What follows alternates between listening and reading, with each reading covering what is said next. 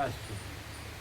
સ્વયં પ્રકાશનો એક જ પ્રકાશ છે. સ્વયં પ્રકાશ ને આભાસ પ્રકાશ એમ બે પ્રકાશ નથી. આભાસ છે એ કાંઈ નથી એવા આકારનો છે, અને કાંઈ નથી એવો આકાર જોડીને પ્રકાશ સાથે એને આભાસ પ્રકાશ કહીએ તો એ મૂળ પ્રકાશ જ છે, સ્વયં પ્રકાશ જ છે. પેલો જે કાંઈ નથી એવો જે આભાસ આકાર છે એ કાંઈ નથી. ક્લિયર? એટલે કેવળ પ્રકાશ છે. બોલો. મુકા પ્રભુ કેમ છે?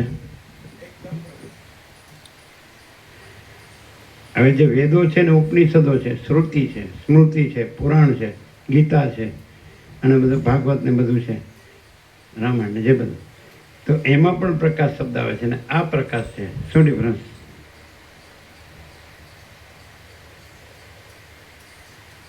આ પ્રકાશ માટે પ્રભુ એમ કહેવાય કે જ્યાં વિચાર બંધ, જ્યાં વાણી બંધ અને કેવળ આનંદ અને શાંતિ એ ડાયરેક્ટ સીધી અનુભૂતિ છે પ્રભુ.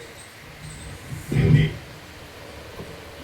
એમાં આભાસ આકારના વિચારવાણી શબ્દ જોડીને પ્રકાશ સાથે, અને આ કાંઈ પણ જોડ્યા વગરનો, એ જોડો તો એ આભાસ આકાર છે જ નહીં, પણ જોડીને જાણેલો નહીં, જોડ્યા વગરનો ઓરિજિનલ રિયલ ટ્રુથ.